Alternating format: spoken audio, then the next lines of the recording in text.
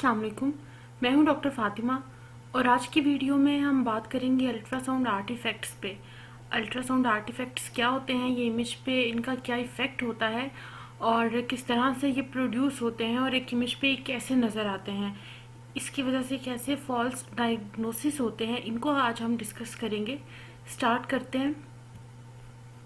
Artefacts basically होते क्या हैं? सिंपल लैंग्वेज में बोलें तो आर्टिफैक्ट उस चीज़ को कहते हैं जो हमें इमेज पे नज़र आ रही होती है। जब हम अल्ट्रासाउंड स्कैन करते हैं तो हमें मॉनिटर पे नज़र आ रही होती है, लेकिन एक्चुअली वो एग्जिस्ट नहीं करती है, फॉल्स डायग्नोसिस देती है। बेसिकली दो तरह की चीज़ें होती हैं। एक वो जो ऑब्जेक्ट जो है हमारी बॉडी में एग्जिस्ट नहीं करते हैं, लेकिन अल्ट्रासाउंड स्कैन के दौरान हमें मॉनिटर पे नज़र आ रहे होते हैं, जैसे कोई अकॉस्टिक इन्हेंसमेंट है या कोई भी इकोजेनिक जो है हमें ऑब्जेक्ट जो है या कोई शेप नज़र आ रही होती है, लेकिन जो है वो बेसिकली हमारे में एग्जिस्ट नहीं कर रहे होते। और दूसरा ये कि कोई चीज़ हमारी बॉडी में होती है, कोई ऑब्जेक्ट होता है, लेकिन वो हमें नज़र नहीं आ रहा होता। ये दो टाइप्स हैं आर्टिफैक्ट्स की, जहाँ पे आर्टिफैक्ट्स बहुत ज़्यादा मिस डायग्नोस देते हैं, फॉल्स डायग्नोसिस देते हैं और इमेज क्वालिटी को ख़राब करते हैं। वहाँ पे जो है कुछ आर्टिफैक्ट्स इस तरह के भी हैं जो हमारे लिए बहुत डायग्नोस्टिक यूज़फुल इंफॉर्मेशन हमें देते हैं, जिनमें अकॉस्टिक शेडविंग और अकॉस्टिक एनहांसमेंट आर्टिफैक्ट्स आते हैं। ये हमें जो है काफ़ी डायग्नोस्टिक इंफॉर्मेशन देते हैं, इनको भी आज हम डिस्कस करेंगे। एक अच्छे सोनोग्राफर के लिए अल्ट्रासाउंड आर्टिफैक्ट्स को जानना बहुत ज़रूरी है, क्योंकि जब तक एक सोनोग्राफर को आर्टिफैक्ट्स का नहीं पता होगा तब तक जो है वो एक अच्छी रिपोर्ट नहीं बना सकता, तब तक वो एक इमेज को अच्छी तरह से नहीं समझ सकता। उसे नहीं पता लगेगा कि कहाँ पे कौन सा आर्टिफैक्ट आ रहा है, किस वजह से आ रहा है और उसको ओवरकम कैसे करना है। कॉस्टिक इन्हेंसमेंट की बात करते हैं। कॉस्टिक इन्हेंसमेंट क्या होती है? कोई भी लो अटेन्यूएटेड स्ट्रक्चर जो होता है, जहाँ पे फ्लूइड होता है या गैस होती है, ठीक है, वहाँ पे लो अटेन्यूएशन होती है, वहाँ से इकोज रिफ्लेक्ट नहीं करती, वो हमें बिल्कुल एनीकोइक यानी ब्लैक नज़र आ रहा होता है। उसके डिस्टल यानी उसके नीचे वाली साइड पे हमें बहुत ज़्यादा ब्राइटनेस नज़र आती है। वो क्यों नज़र आती है? क्योंकि जहाँ पे फ्लूइड होता है वहाँ से इकोज जो है वो डायरेक्टली पास कर जाती हैं, वहाँ से रिफ्लेक्ट बैक नहीं होती हैं और नीचे बाउंड्री पे जाके वहाँ पे जो है वहाँ से वो रिफ्लेक्ट बैक करती हैं, वहाँ वो हिट करती हैं बाउंड्री को और वहाँ पे हमें बहुत ज़्यादा ब्राइटनेस नज़र आती है। वहाँ पे इंक्रीज इको एम्पलीट्यूड होता है डिस्टल साइड पे किसी भी स्ट्रक्चर के जो लो अटेन्यूएटेड होता है, जो एनीकोइक होता है, उस वहाँ पे हमें एकॉस्टिक इन्हेंसमेंट नज़र आती है। टिपिकली जो है ये ऐसे स्ट्रक्चर्स जैसे कि गॉल ब्लेडर है और यूरिनरी ब्लेडर है, कोई सिस्ट है, चाहे वो किडनी में है या लीवर में है, स्प्लीन में है, कहीं भी कोई सिस्ट है। सिस्ट भी क्योंकि फ्लूइड फिल स्ट्रक्चर होता है तो उसके जो डिस्टल साइड पे उसके बिल्कुल नीचे हमें कॉस्टिक इन्हेंसमेंट नज़र आएगी, बहुत ज़्यादा ब्राइटनेस नज़र आएगी। है तो ये एक आर्टिफैक्ट ही, लेकिन जो है इसकी वजह से हम एक फ्लूइड फिल स्ट्रक्चर को सॉलिड और हाइपोइकोइक मैसेज से डिफ्रेंशिएट कर सकते हैं, क्योंकि ये जो आर्टिफैक्ट है अकॉस्टिक इन्हेंसमेंट, वो हमें हाइपोइकोइक स्ट्रक्चर्स और सॉलिड स्ट्रक्चर्स में नहीं नज़र आती है, सिर्फ वहाँ पे होती है जहाँ पे फ्लूइड होता है। तो कोई भी अगर सिस्ट है तो उसको हम डिफ्रेंशिएट कर सकते हैं किसी भी सिस्ट को किसी सॉलिड या हाइपोइकोइक मैस से। सिस्ट में हमेशा फ्लूइड होगा, उसमें डर्टी शेडोज आ सकते हैं, वो एक आगे की बात है, इंशाल्लाह वो भी हम डिस्कस करेंगे। तो इस तरह से ये हमारे लिए यूज़फुल है क्योंकि ये हमें हेल्प करता है डिफ्रेंशिएट करने में। इस इमेज में देखें कि आपको गॉल ब्लैडर नज़र आ रहा है, ठीक है, ये जो है बिल्कुल एक एम्प्टी स्ट्रक्चर है, इसमें कोई मैस नहीं होता, हॉलो स्ट्रक्चर है, ठीक है। यहाँ से जो इकोज हैं वो पास कर जाती हैं और यहाँ नीचे वॉल पे जाके वो रिफ्लेक्ट बैक करती हैं सारी इकोज, तो यहाँ फिर हमें हाई अटेन्यूएशन मिलती है, इंक्रीज्ड ब्राइटनेस मिलती है, ठीक है। ये बिल्कुल जो है काफ़ी ज़्यादा ब्राइटनेस यहाँ पे नज़र आ रही है एज़ कम्पेयर टू बाकी जितने भी साइड पे टिश्यूज़ वगैरह हैं। तो ये आर्टिफैक्ट है, लेकिन इससे हम जो है वो देख सकते हैं कि कहाँ पे जो है वो कोई फ्लूइड है या एयर है या कहाँ पे सॉलिड मैस है, ठीक है। ये सिर्फ जो हॉलो स्ट्रक्चर्स होते हैं, जो एनीकोइक होते हैं, उनकी बाउंड्री पे, उनकी डिस्टल साइड पे हमें ये आर्टिफैक्ट नज़र आता है। अकॉस्टिक शेडविंग, अकॉस्टिक इन्हेंसमेंट, हमने देखा कि कोई भी जो हॉलो स्ट्रक्चर है या फ्लूइड फिल स्ट्रक्चर है उसकी डिस्टल साइड पे नज़र आती है, लेकिन अकॉस्टिक शेडविंग जो है इसके बिल्कुल ऑपोजिट है। ये हमें वहाँ पे नज़र आती है जहाँ पे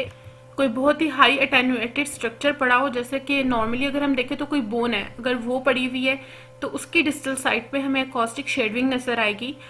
या फिर अगर कोई स्टोन है, कोई कैलकुलाई है, कैल्सिफिकेशंस हैं, तो वहाँ पे हमें अकॉस्टिक शेडिंग उसके डिस्टल साइड पे नज़र आती है, और ये भी हमारी हेल्प करती है डायग्नोस करने में कि कहाँ पे जो है वो कोई स्टोन वगैरह पड़ा हुआ है कहीं किडनी में या गॉल ब्लेडर में, क्योंकि नॉर्मली वैसे जो है स्टोन कभी नहीं भी नज़र आता, लेकिन जहाँ पे हमें अकॉस्टिक शेडिंग नज़र आती है तो फिर हम वहाँ पे बहुत अच्छी तरह से देखते हैं और हमें अंदाज़ा हो जाता है कि यहाँ पे स्टोन है, फिर वो हमें नज़र भी आ जाता है। ये काफ़ी हमारी हेल्प करता है। कॉस्टिक शेडिंग होती किस तरह से है, जब एक बहुत हाई एटेन्यूएटेड स्ट्रक्चर पड़ा होगा जैसा कि कोई स्टोन या कोई बोन वगैरह है, ठीक है, तो वहाँ से जितनी भी जो साउंड वेव्स आ रही हैं वो वहाँ पे हिट करके रिफ्लेक्ट बैक कर जाती हैं, और वहाँ पे जो है वो काफ़ी ज़्यादा इकोजेनिक नज़र आएगा हमें, स्टोन या कोई बोन है तो वहाँ से नीचे जो है वो फिर हमें कॉस्टिक शेडिंग नज़र आती है, क्योंकि साउंड वेव्स जो होती हैं वो इतने हाई एटेन्यूएटेड स्ट्रक्चर में से, जो इतना सॉलिड स्ट्रक्चर होता है उसमें से पास नहीं कर सकती, तो उसके नीचे फिर हमें काफ़ी शेडिंग नज़र आती है। इसकी वजह से जो डीपर स्ट्रक्चर होते हैं वो हमें अच्छी तरह नज़र नहीं आते, लेकिन ये एक तरह से यूज़फुल भी है कि इसकी वजह से हम कैलकुलाई जो हैं उनको डायग्नोस कर सकते हैं। यहाँ पे देखें, ये गॉल ब्लेडर है, ठीक है, गॉल ब्लेडर की वॉल है, यहाँ पे हाइपरिकोइक गाल स्टोन पड़ा हुआ है, और ये हमें बिल्कुल नीचे जो है ये सारी शेडविंग नज़र आ रही है, इसकी शेडविंग हुई हुई है, साउंड वेव्स आई यहाँ पे हिट की और रिफ्लेक्ट बैक कर गई, यहाँ से वो पास नहीं कर सकी, काफ़ी सॉलिड स्ट्रक्चर है ये, तो उसके नीचे पे हमें ये शेडविंग नज़र आएगी। इसी तरह से यहाँ पे भी स्टोन पड़ा हुआ है, और इसके भी बिल्कुल नीचे हमें डिस्टल साइड पे शेडविंग नज़र आ रही है। शेडविंग जो होती है ये किसी भी फ्लूइड फिल्ड कर्व स्ट्रक्चर जैसा कि गॉल ब्लेडर्स है और सिस्ट है, किडनी है, एड्रिनल ग्लैंड्स हैं, इनके जो लेटरल मार्जिन्स होते हैं वहाँ पे हमें जो है ये शेडविंग नज़र आ रही होती है, उसने पूरे स्ट्रक्चर को कवर नहीं किया होता, सिर्फ लेटरल मार्जिन्स पे होती है। फ्लूइड फिल स्ट्रक्चर्स जो होते हैं उनकी डिस्टल साइड पे तो हमें इन्हेंसमेंट नज़र आती है, बहुत ज़्यादा ब्राइटनेस होती है, ठीक है, वो ब्राइटनेस बिल्कुल होगी, लेकिन जो उसके जो लेटरल मार्जिन्स हैं वहाँ से साउंड वेव्स जो हैं वो पास करती हैं और रिफ्लेक्ट बैक करती हैं, तो फिर वहाँ पे हमें ट्राइएंगुलर या लीनियर शेप में जो है वो एक एज शेडविंग नज़र आती है। जैसा कि ये गॉल ब्लेडर है, ठीक है, ये इसके बिल्कुल नीचे हमें थोड़ी सी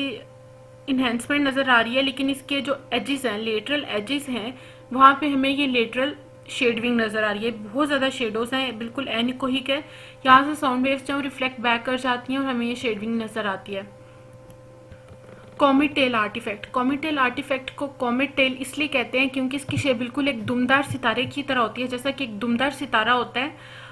इस तरह से हमें इसकी शेप नज़र आती है। ये ग्रे स्केल अल्ट्रासाउंड फाइंडिंग्स तब नज़र आती हैं जब हम कोई स्टोन, कोई क्रिस्टलाइन या हाई रिफ्लेक्टिव ऑब्जेक्ट को एग्जामिन कर रहे होते हैं, कोई स्टोन वगैरह है या कोई भी high reflective high attenuated subject जो है उस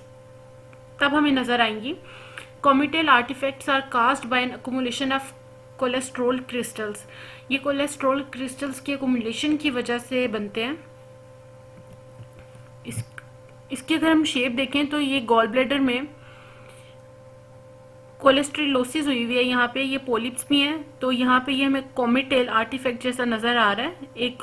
जो है वो सर्कुलर शेप में ऑब्जेक्ट होगा और उसके नीचे ट्रायंगुलर शेप में इसकी टेल होती है, इसको हम कॉमेटेल आर्टिफैक्ट कहते हैं। यहाँ पे देखें तो यहाँ पे ये एक नोड्यूल है बेसिकली थायराइड ग्लैंड का, तो यहाँ पे हमें फोकाई भी नज़र आ रहे हैं और यहाँ पे ये हमें कॉमेट टेल आर्टिफैक्ट भी नज़र आ रहा है, ये कॉमेट टेल है, ये इसके नीचे टेल बनी हुई है और ये सर्कुलर राउंडेड जो है ये एक इसकी शेप और नीचे ट्राइएंगुलर है। Ring down artefact, ring down artefact को रेजोनेंस आर्टिफैक्ट भी कहते हैं और इसकी अल्ट्रासोनोग्राफिक अपीयरेंस जो होती है वो कॉमेटल आर्टिफैक्ट की तरह होती है, लेकिन बेसिकली जो इनकी फिजिक्स है वो डिफरेंट होती है, इनकी जो जनरेशन है किस तरह से जनरेट होते हैं, इनकी जो कॉज होती है वो बिल्कुल डिफरेंट है। रिंग डाउन आर्टिफैक्ट जो है ये तब जनरेट होता है जब कोई फ्लूइड बबल्स हैं जहाँ पे जैसे कि ड्यूडिनम वगैरह हो गई, जहाँ पे गैसेस वगैरह हैं, तो वहाँ पे जो है ये अल्ट्रासाउंड बीम्स जो हैं वाइब्रेशंस कॉज करती हैं और देन रिफ्लेक्ट बैक कर जाती हैं ट्रांसड्यूसर की तरफ, जिसकी वजह से हमें रिंग डाउन आर्टिफैक्ट मिलता है। ये एक सिंगल लाइन भी होती है या मल्टीपल पैरेलल लाइंस की शक्ल में हमें नज़र आता है, और मोस्टली जो है ये हमें एयर और फ्लूइड फिल स्ट्रक्चर्स जो होते हैं वहाँ पे नज़र आता है, और मोस्ट कॉमन एग्जांपल जो है वो इसकी ड्यूडिनम है। इस इमेज में देखें तो हमें यहाँ पे एक इकोजेनिक ऑब्जेक्ट नज़र आ रहा है और इसके नीचे जो है